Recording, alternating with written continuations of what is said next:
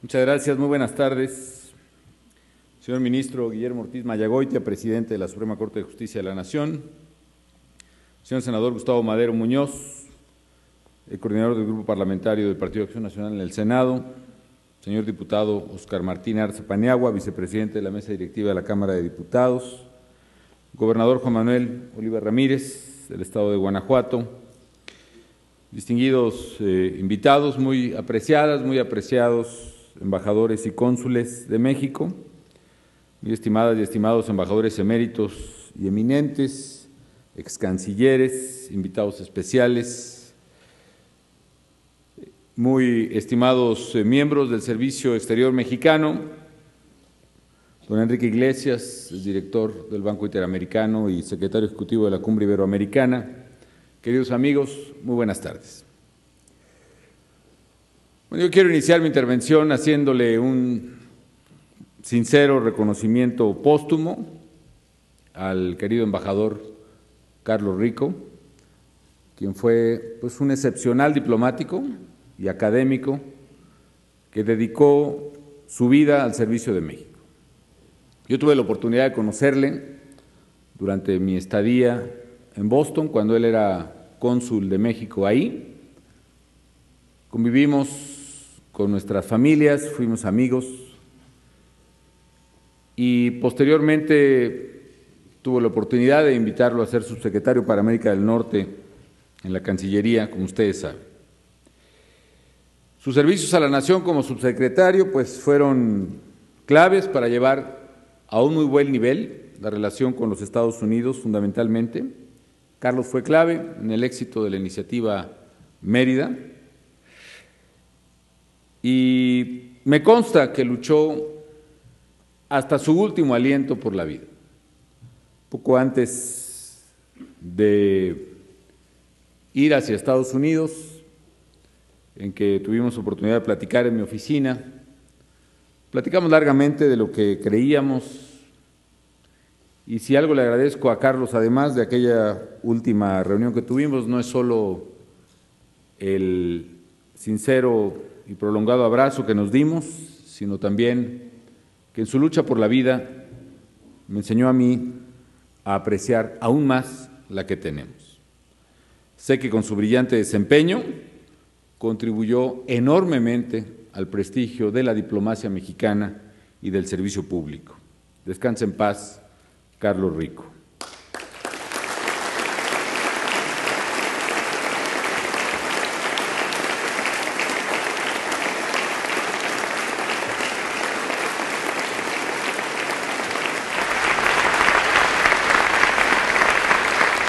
También agradezco muy sinceramente la intervención de quienes me precedieron en el uso de la palabra, a Joaquín Villalobos. Quizá, desde luego ustedes lo saben, pero vale la pena recordar, cuando él menciona que estuvo aquí después de la firma de los acuerdos de Chapultepec en El Salvador, no es que haya sido un periodista, ni un espectador, ni un servidor de público, sino que él fue uno de los que firmaron los acuerdos del lado de la guerrilla en aquel tiempo, y que la experiencia de Carlos me parece que es muy ilustrativa para entender el momento que estamos viviendo, la relevancia de un tema de actualidad para América Latina y para México.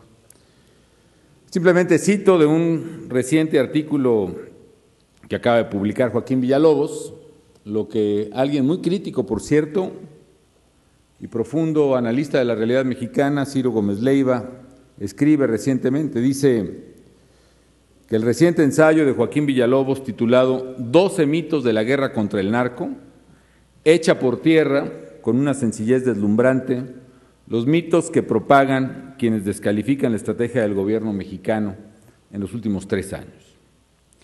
Y a Héctor Aguilar Camín, desde luego, lo reconozco por su análisis, sus reflexiones, invariablemente lúcidas en el debate de la agenda pública de nuestro país.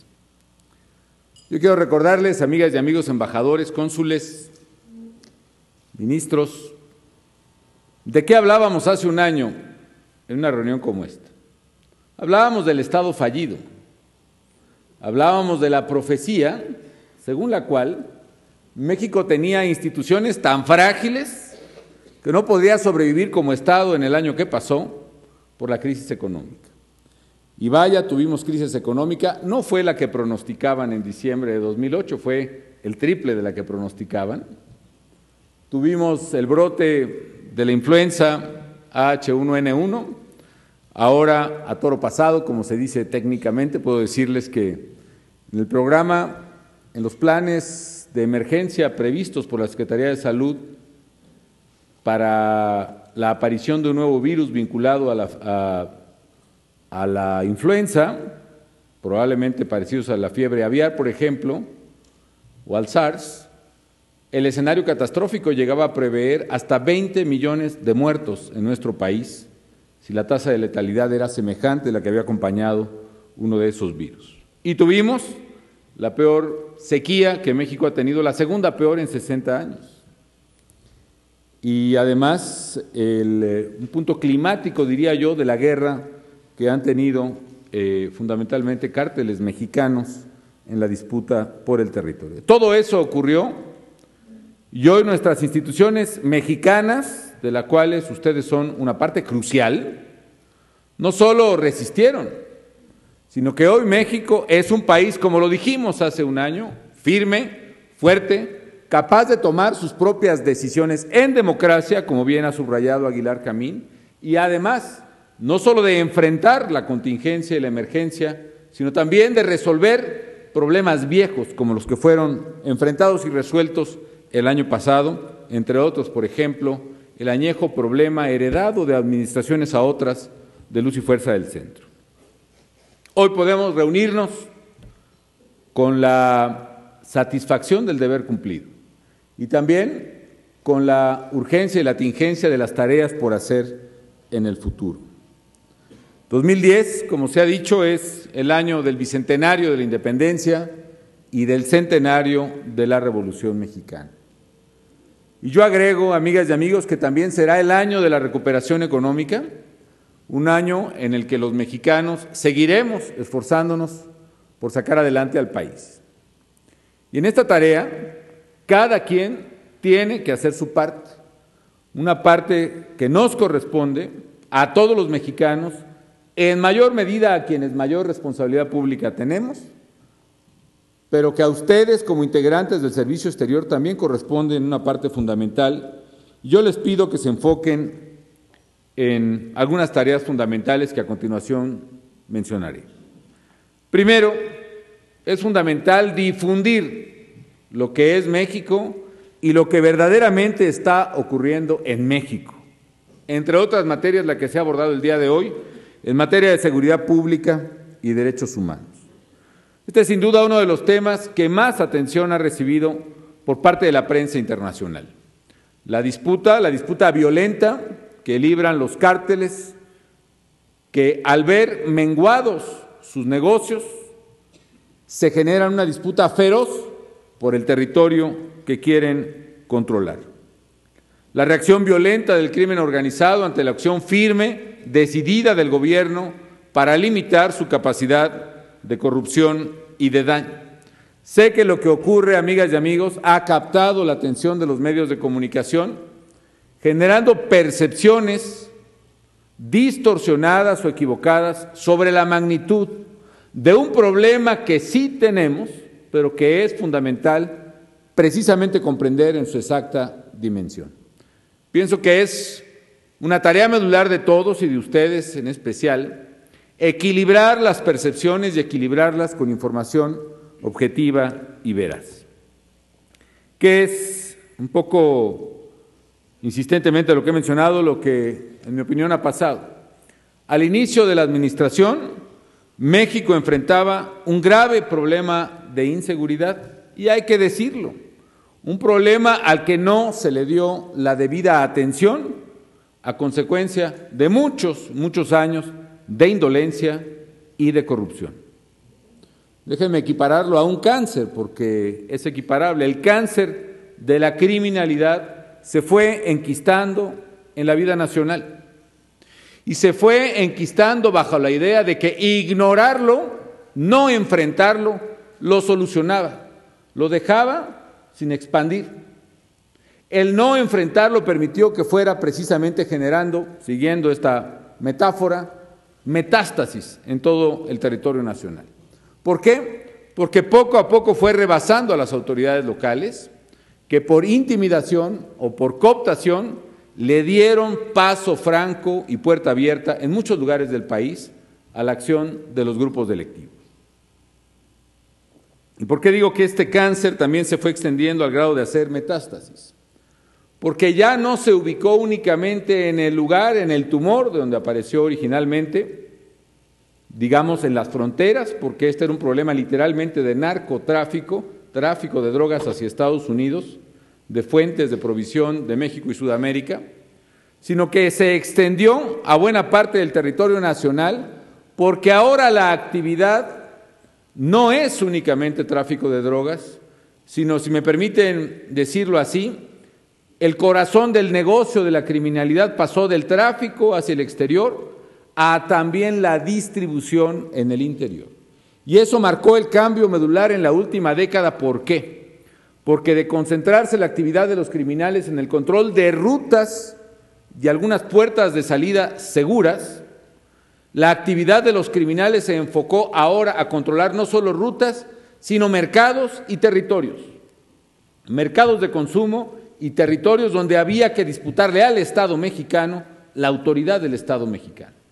De manera tal que la acción de los criminales se extendió a buena parte del territorio nacional y dejó de ser como antaño una actividad no intrusiva de bajo perfil, donde el criminal veía maximizar su renta mientras menos fuera percibido por la sociedad, a una actividad abierta y hostil a los ciudadanos, porque para controlar un territorio, para distribuir drogas en las colonias del puerto de Veracruz o de la ciudad de Puebla o de cualquier punto de la geografía mexicana, había que controlar el territorio. Y controlar el territorio significaba mandar a la autoridad, dominar con armas, con vehículos y con impunidad. Por eso la actividad de los criminales dejó de ser una actividad de bajo perfil y se convirtió en una actividad desafiante y particularmente violenta, plenamente visible, basada en la cooptación o en la intimidación a las autoridades, en la ley de plata o plomo, y de ahí a una agresión a los ciudadanos. Porque entonces quien controla una plaza desde la criminalidad empezó a controlar a otros delincuentes, al que roba vehículos, al que vende licor adulterado, al que controla los tables y los centros nocturnos, al que vende gasolina robada. Y de ahí a la extorsión al ciudadano honesto que trabaja en una empresa o que produce aguacates o es ganadero, hubo un límite y una frontera que no existe y que nunca se respetó. De ahí que la metáfora que yo comentaba con alguna autoridad que vino a pedir ayuda desesperada, me decía: ayúdeme, presidente, porque están metidos ahí en la comunidad donde yo gobierno. Y yo le dije esto: bueno, pues pasa un poco que un día en tu casa le dices a tu esposa: mira, ahí dejé entrar a la cochera de la casa a 3 muchachos que se van a dedicar a bolear los zapatos del vecindario. Y ya me aseguraron que no van a hacer más que eso, que no te preocupes, no va a pasar absolutamente nada. Y les abrí la puerta. Y luego te los encuentras cuando vas a cenar en tu casa y te vas a echar un sándwich, te los encuentras en el refrigerador comiéndose tu sándwich. Y luego te los encuentras en tu closet poniéndose tu ropa. Y finalmente, cuando entran a tu casa y a lo más íntimo de tu casa, entonces vienes y me dices: oye, ¿cómo los sacamos? Yo te pregunto: es que ¿cómo los dejaste entrar? No hay límite que se pueda poner a la criminalidad, ni reglas ni pactos que verdaderamente puedan marcar una división que verdaderamente no existe. En esencia es un poco lo que ocurrió en México y lo que encontramos al inicio del gobierno. Pasó de ser una actividad de bajo perfil, insisto, a una actividad desafiante e intrusiva, particularmente violenta y plenamente visible. Y por eso lo que hicimos, amigas y amigos, fue enfrentar el problema y no ocultarlo. Esa es una basura que ya no se puede ni se debe nunca ocultar debajo de la alfombra. La razón de nuestra lucha entonces es preservar la seguridad de los ciudadanos y la autoridad del mismo Estado, la tranquilidad de los mexicanos. Y no se trata, como algunos han pretendido, equiparar esto a una lucha en Irak o algunas otras metáforas o comparaciones totalmente absurdas. No, Esto no es una guerra que estemos librando en el extranjero, buscando quedarnos con algún recurso que no es nuestro, el petróleo o lo que sea, ni tratando de liberar a otra nación. Enfrentar a la delincuencia y al crimen organizado es una lucha en la que está en juego la seguridad, la tranquilidad de familias mexicanas en nuestras casas y en nuestras ciudades. Y la batalla que hoy libran miles de soldados y de policías mexicanos, fundamentalmente federales, no es una lucha solo por la seguridad de México, sino, como ya se expuso aquí, por la seguridad de la región y de la comunidad internacional, a mi juicio, debe saber. Pienso que también es indispensable que se conozca la realidad de México en materia de derechos humanos. En honor a la verdad, estimados amigos, el principal reto que enfrentamos en la materia es la construcción de un Estado de Derecho eficaz. Y los mayores atentados a la vida, al patrimonio, a la libertad, a los derechos humanos, no provienen del gobierno, provienen del crimen organizado. Ayer fue levantado y muerto un periodista en el estado de Coahuila. Quien amenaza y atenta contra la vida de los periodistas es el crimen organizado. Quien atenta contra las vidas de los ciudadanos es el crimen organizado. Y es inadmisible suponer que cerrando los ojos, volteando la vista y cruzándose de brazos, como algunos pretenden, ese problema se va a resolver. Es como si llega un paciente a ver al médico con alguna dolencia y el médico lo estudia, lo diagnostica, le detecta un cáncer y después de ese cáncer lo opera y le da radioterapia y le da quimioterapia. Hay quien pretende decir que el error fue haber ido a ver al médico. Hay quien pretende decir que el error fue haber asumido el tratamiento, como si la acción que estamos haciendo para resolver el problema, porque afortunadamente estamos a tiempo de resolverlo, fuera la causa del problema y no la solución. Hay entidades del país donde dicen, aquí hay violencia porque intervino el gobierno federal. Hay entidades del país que solicitan la intervención de las fuerzas federales y después dicen, no, aquí hay violencia porque intervino el gobierno. No, no es así. La causalidad es otra, la causa-efecto. Interviene el gobierno federal porque ahí hay violencia y crimen, y no al revés. No es que haya violencia y crimen porque interviene el gobierno federal. Y no es cierto que la disyuntiva sea que, asumido, como algunos afirman, que es un error combatir a los criminales, parece de perogrullo, pero hay quien afirma que es un error combatir a los criminales, hacen suponer que la alternativa es no combatirlos y que el problema se va a resolver. Que como duele y quita y tumba el pelo y los dientes la radioterapia o la quimioterapia, la solución es no tenerla y entonces el cáncer no va a crecer. No, señores, no es así. Tenemos un problema serio, pero la buena noticia es que lo estamos enfrentando y la mejor es que estamos avanzando. Y como dije, y le agradezco además la mención a Héctor Aguilar, desde el primer día del gobierno, esto es un problema grave en donde el presidente de la República va a estar al frente y que va a implicar costos y costos severos, sí, de tiempo, porque no se puede resolver en el corto plazo, de dinero, y por eso hemos casi duplicado el presupuesto para la seguridad en el país, y también, y por desgracia, de vidas humanas. Pero es importante, amigas y amigos, que entendamos cómo están las cosas hoy. Por otra parte, en el mundo de hoy, las sociedades de vanguardia económica y de elevado desarrollo humano, las sociedades que tienen una mejor imagen ante el mundo, son aquellas capaces de pensar y de actuar con sentido de unidad, de identidad y de orgullo nacional.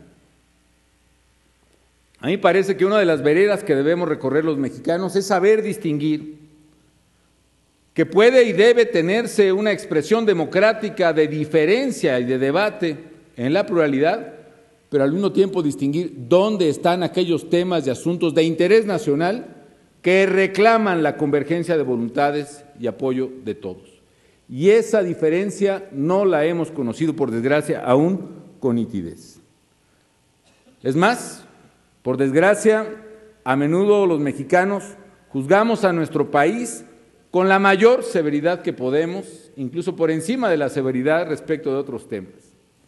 Hay ocasiones en que los propios mexicanos magnificamos los defectos y las limitaciones en lugar de resaltar nuestros avances. Y se vale además, se vale, y lo he sido yo, he sido opositor y he sido crítico, se vale disentir, se vale criticar, pero permítanme esta expresión, amigas y amigos embajadores, también se vale hablar bien de México.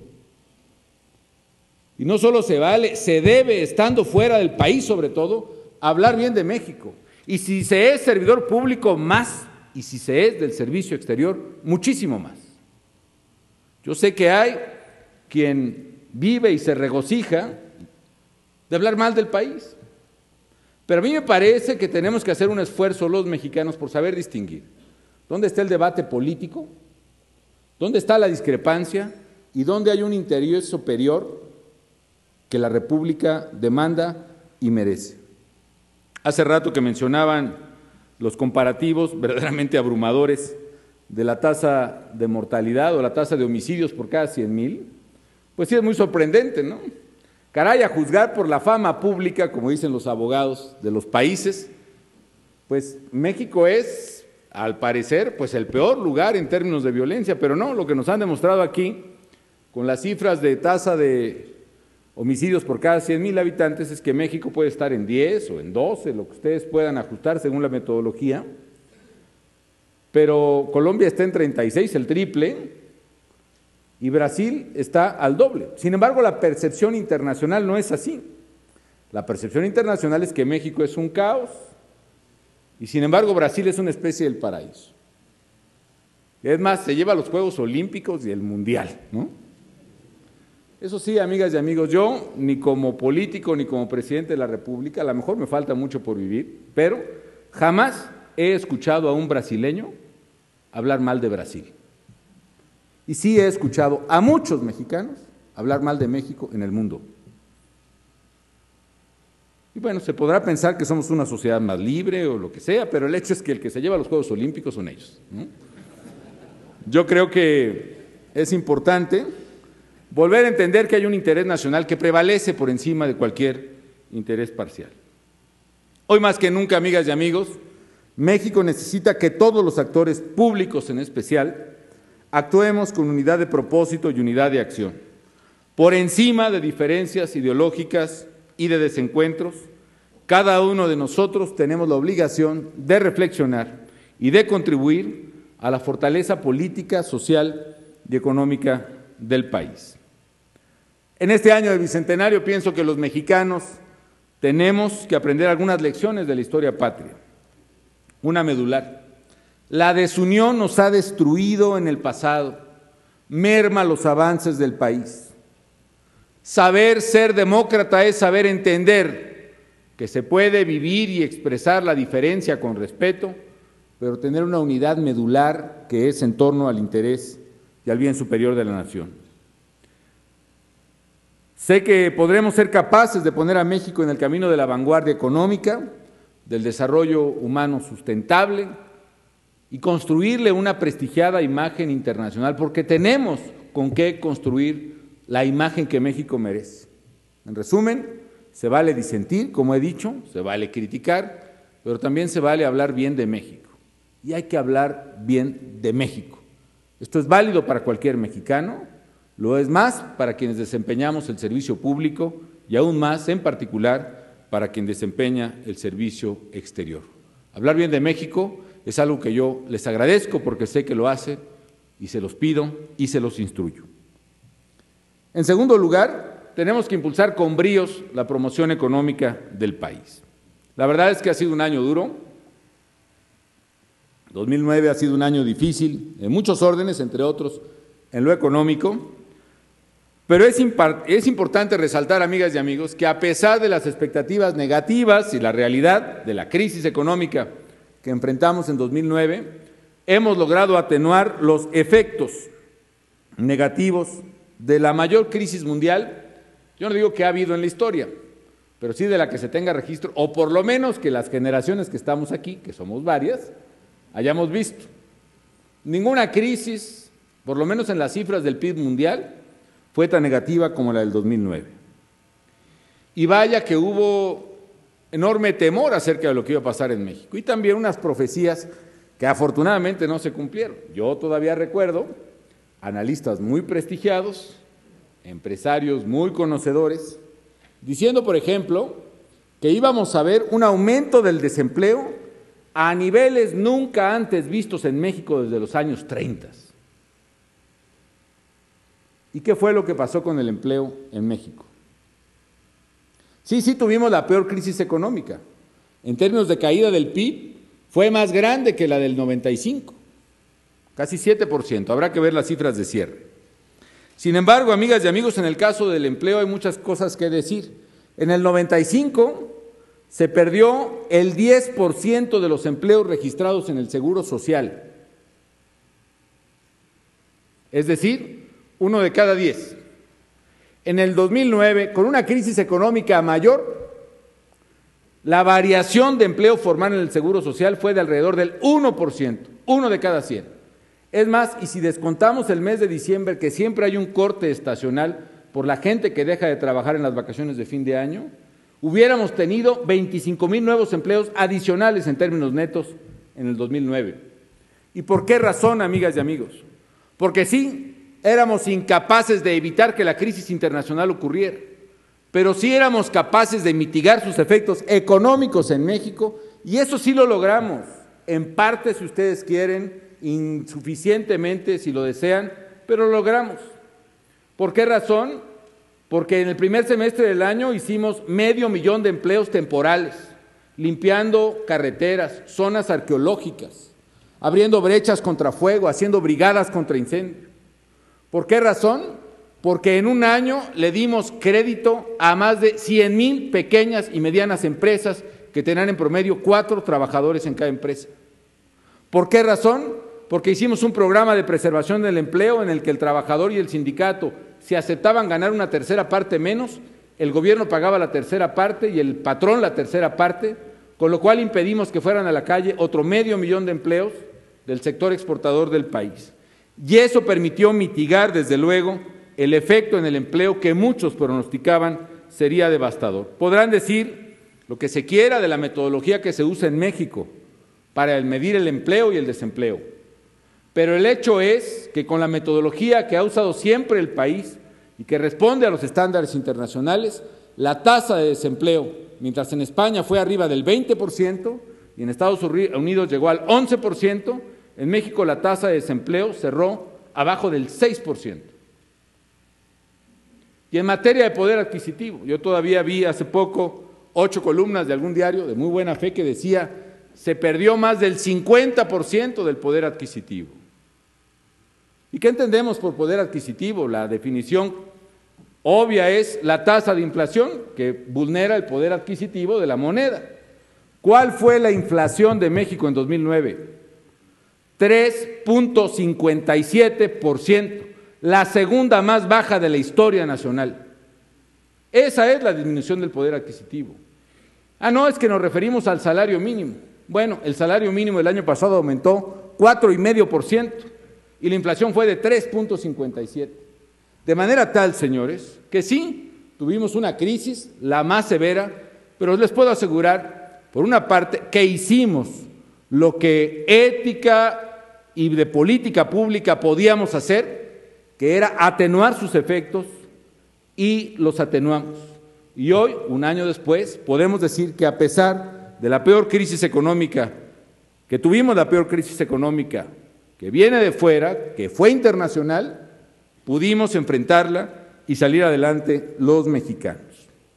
Se pronosticaba hace un año en la reunión de embajadores y cónsules que el tipo de cambio iba a cerrar a 15.5 pesos por dólar.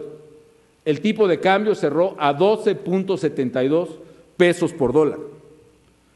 En otras crisis económicas del país se vaciaron las reservas del Banco de México. Y eso ocurrió en el 76, y en el 82, y en el 87, y en el 94.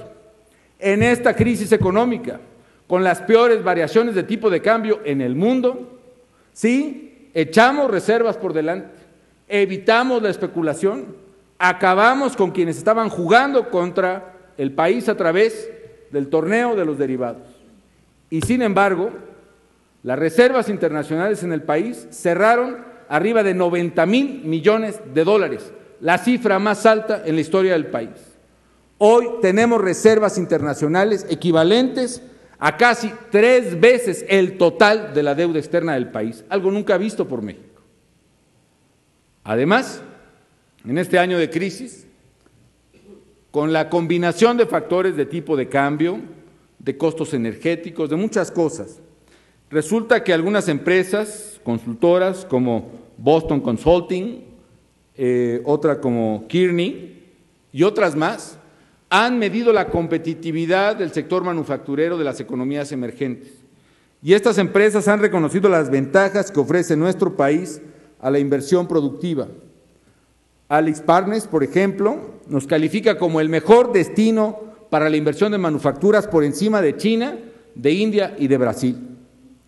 Y una prueba de que eso es cierto es cómo se han comportado las exportaciones mexicanas post-crisis en Estados Unidos.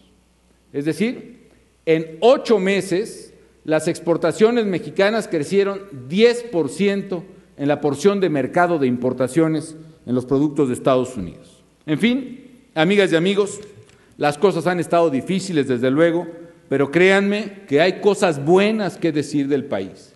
Y lo que le decimos a los inversionistas es cierto.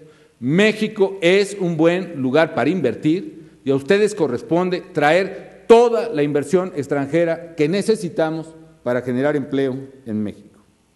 Y finalmente, amigas y amigos, yo les pido que en este año de la patria todos nos convirtamos en incansables promotores de la historia y de la cultura de México. Que promuevan el bicentenario de la independencia y el centenario de la Revolución Mexicana. Que difundan con orgullo lo mucho que hemos hecho y que hemos sido en 200 años como nación independiente, del orgullo que sentimos los mexicanos, de nuestra diversidad, de nuestra cultura, de nuestras tradiciones, de nuestro arte, de nuestra pluralidad, de nuestra democracia. Si algo aprecio y agradezco yo en la vida es eso, que me tocó ser presidente en una conmemoración bicentenaria en plena pluralidad, es decir, donde la vida del país, las diferentes maneras de pensar y de sentir se expresan con absoluta libertad, y que ese precisamente es un fruto maduro, positivo, de 200 años de ser orgullosamente mexicanos. En suma, estimados amigos, su tarea es fortalecer la imagen de México en el mundo. Esa es su obligación y hacia ello les pido que analicen toda su energía. Hay tareas por hacer y simplemente las resumo en grandes trazos. Primero, necesitamos nuevos vínculos estratégicos donde la política exterior de México juega un papel clave para el futuro del país. Uno primero es en nuestra relación bilateral más importante, que es con Estados Unidos.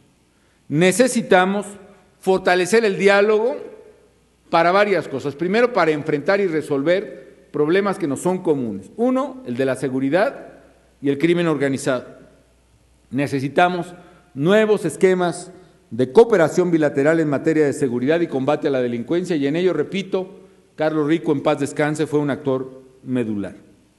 Tenemos que estar atentos también a la discusión en Estados Unidos de la reforma migratoria, que es una parte medular del interés de los mexicanos aquí y allá. Y también algo estratégico. Necesitamos rescatar la idea de que en una economía global solo la competitividad lograda regionalmente produce resultados eficaces a los pueblos que integran las regiones. En otras palabras, debemos hacerle entender a los americanos que sin integración económica eficiente con México no habrá competitividad ni futuro en la economía global, ni para Estados Unidos ni para nuestro país. Que dos economías claramente complementarias, una intensiva en capital, otra intensiva en mano de obra, Estados Unidos y México, vecinas, que además son economía grande y economía pequeña, un caso clásico del libro de texto de integración y complementación económica, tienen que funcionar integradamente para la prosperidad en ambos lados de la frontera. Segundo, la integración y el desarrollo de la región a la que orgullosamente pertenecemos, que es América Latina y el Caribe. El próximo mes vamos a celebrar aquí en México la cumbre del Grupo de Río y a la vez la cumbre de los países de América Latina y del Caribe. Y estamos proponiendo una iniciativa ambiciosa. La iniciativa es que podamos formar paulatina y maduradamente una organización verdadera y la primera formal quizá de estados de América Latina y el Caribe. Una verdadera unidad latinoamericana, donde México pueda jugar un rol fundamental, un rol que le corresponde, y donde los países latinoamericanos y caribeños podamos verdaderamente entendernos, convivir y organizarnos conforme a las bases del derecho internacional. Tercero, y con ello termino, tenemos que afianzar el liderazgo de México en temas de la agenda global, y en particular el tema del cambio climático. Hemos hecho una propuesta y hemos tomado una iniciativa difícil pero necesaria, que la resumiría así, que es romper con el mito de que los problemas globales, entre otras el cambio climático, que nos tiene además aquí encerrados porque hace mucho frío allá afuera, ¿no?, corresponde solo resolverlo a los países desarrollados y ricos. Eso no es cierto. El cambio climático, el calentamiento global, corresponde resolverlo a todos, a los países con capacidad económica sí, a los países con emisiones de carbono también, entre los que estamos nosotros y entre los que están otros países en desarrollo que muy pronto, si no es que ya, serán los mayores emisores de carbono del mundo. Que el problema se ha planteado como un problema de disputa entre países pobres y países ricos, lo cual es un falso dilema. Y me da la impresión como si fuéramos en un avión que tiene graves problemas de conducción porque el piloto se ha infartado, ¿no?, y hay una disputa terrible entre los pasajeros de primera clase y de clase turista. Y mientras el avión sigue cayendo, el planeta se sigue calentando, los países pobres estamos pagando más que otros y no hay la conducción para resolver este problema. Tenemos que romper ese círculo vicioso de que mientras no empiecen los ricos, no empezarán los pobres, y los ricos dicen mientras no hagan algo los pobres no harán los ricos. Tenemos que romperlo desde la perspectiva de lo que somos, un país sí en desarrollo y pobre, con miseria, pero también un país responsable y consciente de su responsabilidad global y que actúa conforme piensa en congruencia y es capaz de asumir precisamente un liderazgo indispensable para que la humanidad pueda responder a tiempo al mayor desafío que tiene en el siglo XXI. Y por esa razón también, en este año organizaremos otra cumbre en México, que será la Conferencia de las Partes número 16, la COP16, a celebrarse en Cancún. Ahí tendremos además que romper varias cosas. A mí me parece que el fracaso de las COPs anteriores, incluyendo la de Copenhague, en una buena parte hubo cosas de éxito, es porque está atrapada en la regla del consenso la decisión más importante que tiene que tomar la comunidad de naciones. Y tenemos que tomar, en términos pragmáticos, los pasos diplomáticos necesarios para que las naciones, desarrolladas o no, que estamos dispuestos y decididos a corregir este problema grave para la humanidad, se dé precisamente en términos de la urgencia que la humanidad necesita. Hay mucho que hacer, pues, para el servicio diplomático y para la Cancillería.